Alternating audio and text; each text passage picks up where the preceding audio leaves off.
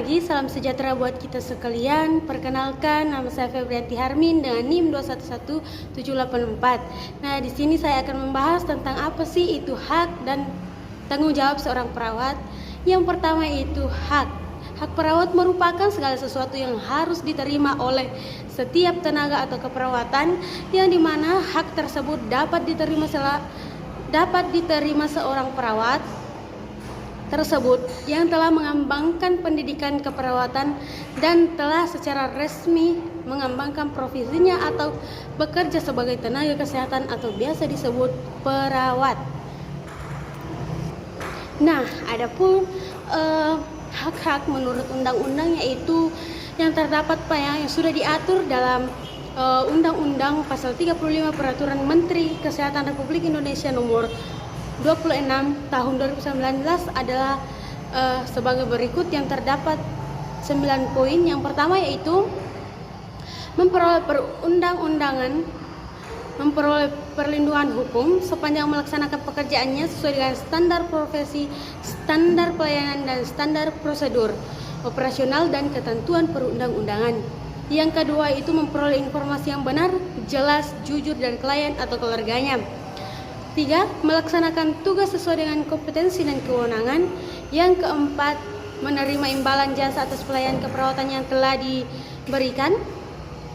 Kelima, menolak keinginan klien atau pihak lain yang bertentangan dengan kode etik, standar pelayanan, standar profesi, standar prosedur operasional atau ketentuan perundang-undangan. Keenam, memperoleh fasilitas sesuai dengan standar kerja. Yang ketujuh, memperoleh perundang-undangan dan keselamatan kesehatan kerja, perlakuan yang sesuai dengan harkat dan martabat manusia, moral, kesusilaan, dan nilai-nilai agama. Yang kedelapan yaitu mendapatkan kesempatan untuk mengembangkan profesinya, dan yang terakhir yaitu memperoleh hak sesuai dengan ketentuan peraturan perundang-undangan. Selanjutnya yaitu hak perawat yang terdapat dalam Undang-Undang Nomor 36 Tahun 2009 dinyatakan. Yang pertama, perawat berhak untuk mendapatkan perlindungan hukum dalam melaksanakan tugas sesuai dengan profesinya. Kedua, perawat berhak mengembangkan dirinya melalui kemajuan sosialitas sesuai dengan latar belakang pendidikannya.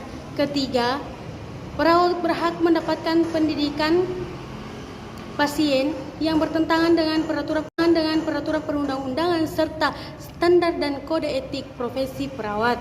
Yang keempat yaitu perawat berhak mendapatkan ilmu pengetahuan dan teknologi dalam bidang keperawatan sesuai dengan kesehatan secara terus-menerus. Yang terakhir yaitu perawat berhak mendapatkan penghargaan dan imbalan yang layak. Nah, yang kedua tadi kan saya sudah bilang hak dan tanggung jawab. Nah, yang kedua ini adalah tanggung jawab.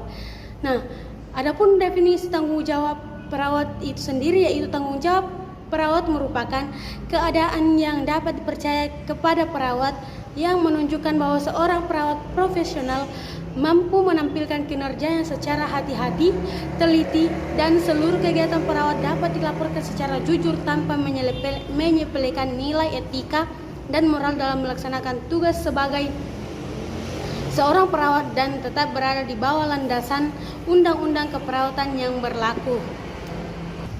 Kemudian, tanggung jawab perawat dalam pelayanan kesehatan dapat dibagi menjadi 3, yaitu tanggung jawab perdata, tanggung jawab pidana, dan tanggung jawab administrasi. Secara lebih terperinci, Kusnanto menjelaskan tanggung jawab perawat sebagai berikut. Yang pertama itu tanggung jawab perdata. Nah, apa sih itu tanggung jawab perdata? Dalam transaksi terpetik, posisi tenaga kesehatan dalam pasien adalah sederajat. Dengan posisi yang demikian, ini hukum menempatkan keduanya memiliki tanggung jawab gugat hukum. Gugatan untuk meminta pertanggungjawaban kepada tenaga kesehatan bersumber kepada 2 dasar hukum, yaitu pertama berdasarkan pada wan presis sebagaimana diatur dalam pasal 1239 KUH Perdata. Kedua, berdasarkan perbuatan pelanggaran hukum sesuai dengan ketentuan pasal 1356 KUH Perdata. Nah, yang kedua yaitu tanggung jawab pidana. Hukum pidana mengarut asas tiada pidana tanpa kesalahan. Dalam pasal 2 KUHP disebutkan, ketentuan pidana dalam perundang-undangan Indonesia diterapkan sebagai tiap yang melakukan suatu detik di Indonesia. Perumusan masalah ini menentukan bahwa setiap orang yang berada dalam wilayah hukum Indonesia dapat diminta pertanggungjawaban pidana atas kesalahan yang dibuatnya. Yang ketiga yaitu tanggung jawab administratif. Pada pasal 188 Undang-Undang Nomor 36 Tahun 2009 tentang Kesehatan menyatakan bahwa Menteri dapat mengambil tindakan administratif terhadap tenaga kesehatan dan bahwa Menteri dapat mengambil tindakan administratif terhadap tenaga kesehatan dan fasilitas kesehatan pelayanan yang melanggar ketentuan sesuai dengan diatur dalam undang-undang.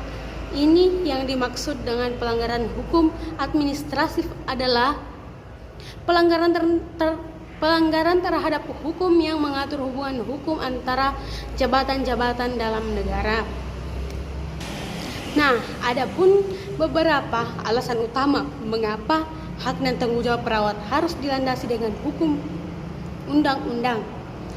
Yang pertama itu ketika apabila perawat tidak dilandasi undang-undang, maka bisa saja perawat melakukan tugas sesuai dengan keinginan sendiri tanpa mempertimbangkan kebutuhan pasien.